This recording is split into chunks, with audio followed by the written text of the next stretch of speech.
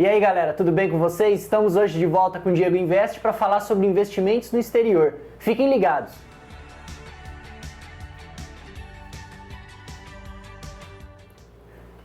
Bom pessoal, várias pessoas me perguntaram como que se faz para investir no exterior. Em primeiro lugar, seria interessante comentar quais que são as razões que levariam alguém a mandar dinheiro para fora, seja ele para os Estados Unidos, para a Europa ou mesmo lá para a Ásia. O que acontece? Nós temos aqui uma bolsa de valores que ela é muito boa, só que ela tem uma volatilidade muito grande. O que significa isso? Muitas vezes você compra uma ação, ela sobe muito, o que é bom para a gente, ou então ela também cai muito. Quando nós percebemos o histórico, por exemplo, aqui no coronavírus, a Bolsa brasileira caiu mais do que a Bolsa americana. Ou então, pós 2008, quando aconteceu a crise lá do subprime, nos Estados Unidos, depois da recuperação ali em 2009, 2010 em diante, a Bolsa ela subiu muito. Enquanto no Brasil, nós tivemos uma recuperação em 2009 e depois a Bolsa começou a cair até lá 2015, 2016, pelas instabilidades políticas que nós vivenciamos aqui no Brasil. Então, quando nós pensamos nessa questão de aquele jargão popular de colocar todos os ovos numa cesta, seria isso, deixar o dinheiro sempre no Brasil, você depende exclusivamente do que está acontecendo aqui na economia brasileira. Se ela for muito bem, bom para você que vai ganhar um dinheiro razoável, ou muito bom. Agora, se a economia vai mal e a economia mundial está melhor, você acaba deixando de ganhar um dinheiro razoável, caso só tenha conta aqui no Brasil. Quando nós diversificamos e abrimos uma conta no exterior, isso acaba mudando. Por quê? A gente consegue estar exposto a ações de segmentos diferentes e nós observamos que a Bolsa brasileira ela é muito pequena. Ela tem lá em torno de 400 ações sendo negociadas. A Bolsa americana, por exemplo, ela tem aí milhares de ações e vários segmentos que a gente não tem aqui no Brasil de uma forma interessante para investir. Por exemplo, a questão de laboratórios, empresas aí farmacêuticas, e várias outras empresas, tecnologia principalmente. Fora isso, a gente também fica exposto ao dólar ou ao euro ou outra moeda internacional. Quando nós investimos, por exemplo, nos Estados Unidos, se nós temos aí uma alta do dólar, igual nós estamos vivenciando aí nesse ano, no ano passado e assim por diante, você está protegido. Por quê? A partir do momento que você remeteu esse dinheiro, o dólar, você já comprou o dólar e ele está investido em dólar no exterior. Então você tem lá a variação da moeda e ela sendo positiva como é agora, você também tem uma proteção, funciona aí como um hedge da questão da moeda. Muitas pessoas acabam viajando, acabam tendo algum compromisso também em dólar, em euro ou outra moeda, então acaba sendo interessante manter esse dinheiro no exterior. Tendo visto essas razões que nos levam até uma conta, nós temos que começar a pensar como fazer para esse sonho, ou essa ideia, esse planejamento se concretizar. A primeira coisa a se fazer é escolher aí uma corretora. Quando nós falamos em investimento, os Estados Unidos, eles até hoje são um dos melhores países, se não o melhor país para investir. Por quê? Eles têm uma estrutura regulatória legal, eles têm várias empresas listadas em bolsas que não necessariamente são americanas. Então, por exemplo, quem observou aí nos últimos meses o IPO da XP, a XP aqui, empresa brasileira, mas as ações da XP são negociadas lá na bolsa nos Estados Unidos. Então, os Estados Unidos acabam congregando várias empresas de outros países, por isso que acaba sendo aí um país bastante interessante de se investir.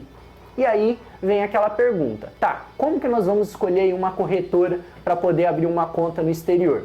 Nos Estados Unidos, se vocês fizerem uma pesquisa no próprio Google, vocês vão encontrar várias corretoras. Eu particularmente uso a TD Ameritrade, é uma corretora muito grande, ela foi comprada pela Charles Schwab no ano passado e são uma das maiores corretoras aí dos Estados Unidos. Então você tem a Charles, você tem a TD Ameritrade, que é o que eu falei que eu tenho a conta, tem a Fidelity, tem a Avenue, que é uma empresa, uma corretora que foi aberta por brasileiros, então ela tem várias instruções em português para quem tem interesse em ter essa facilidade aí da língua, às vezes a pessoa não fala muito bem o inglês.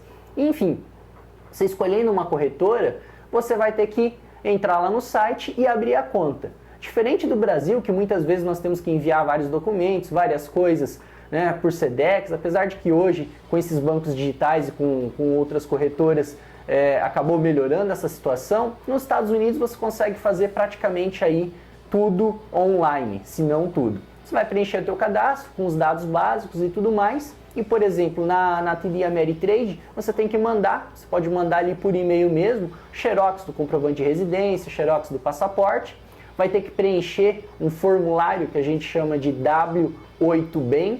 É um formulário aí para ser entregue para a Receita Federal Americana, dizendo que você é um investidor não residente, que você não vai recolher ali os tributos, por exemplo, de ganhos de capital lá. Tudo bem, tendo preenchido esses requisitos, preencheu a conta, preencheu o formulário W8, você vai imprimir ali o contrato de abertura de conta, fazer, vistar, escanear e mandar tudo por e-mail. Em pouco tempo aí você vai ter a tua conta aberta e aí você já pode fazer a remessa. Tendo essa conta aberta, a remessa pode ser feita você comprando a moeda, por exemplo, o dólar, nas instituições bancárias, os bancos você pode comprar nas corretoras de câmbio. Só que, usualmente, esses valores eles acabam sendo um pouquinho mais altos, ou seja, o spread, a diferença que se tem entre o dólar comercial que a gente observa nos sites ou mesmo nos telejornais, para o dólar que o banco vai cobrar, geralmente costuma ser bastante alta. Então existem duas empresas aí, a Remessa Online e a TransferWise, que são duas empresas muito boas para isso. Por quê? Porque eles cobram um percentual bem pequeno. A Remessa Online, por exemplo, que eu utilizo, acaba cobrando em torno de 1,3%, de comissão, de spread, quando você compra moeda. Então é um valor aí bem pequeno e que você consegue fazer essa remessa para o exterior. Tendo feito a remessa para o exterior, você espera, às vezes no mesmo dia cai, um dia, dois no máximo, você já vai ter esse dinheiro lá na tua conta da corretora americana. A partir daí, você já pode fazer as suas compras dos ativos, vai poder comprar ação, ETF, pode comprar os REITs, que seriam os nossos fundos imobiliários, os FIIs aqui que o pessoal chama, pode comprar os bonds, enfim, título da dívida, várias coisas. Então essas corretoras, quando a gente fala principalmente da Fidelity, da Charles ou da TD Ameritrade, eles oferecem aí uma enormidade de produtos para a gente conseguir operar. Então, escolheu a corretora, enviou o dinheiro, a gente tem que começar a se preocupar como que isso vai ser declarado aqui na nossa declaração do imposto de renda. Como que funciona a questão da tributação? No Brasil, a questão dos dividendos, ela é isenta, ou seja, quando uma empresa paga dividendo para a gente, nós não pagamos imposto. Nos Estados Unidos é um pouquinho diferente. O governo cobra um imposto de renda de 30% sobre o valor que essa empresa vai pagar. Então vai ser recolhido lá na fonte e você vai receber essa diferença.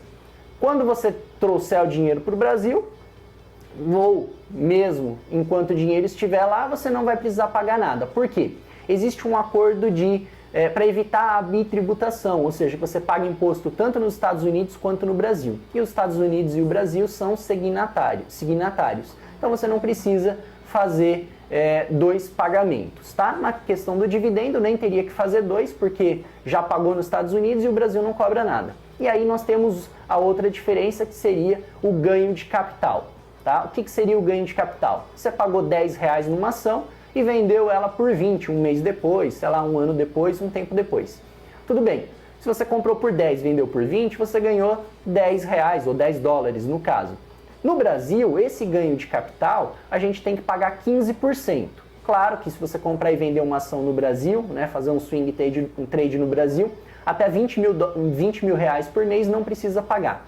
Nos Estados Unidos, como você está operando como um investidor estrangeiro, o governo americano não vai cobrar nada teu. Ou seja, comprou por 10, vendeu por 20, a diferença é inteiramente tua.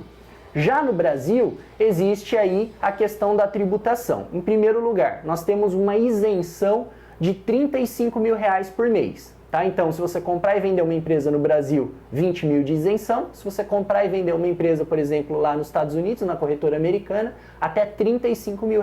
Então, a isenção que o governo dá, ela é maior do que para o investimento nacional, que chega a ser um pouquinho discutível, mas é assim que funciona. Então, até 35 mil, não paga nada. Acima de 35 mil, você teria que recolher aí o carnê-leão, né, imprimir lá a tua DARF e pagar os 15% sobre o ganho de capital.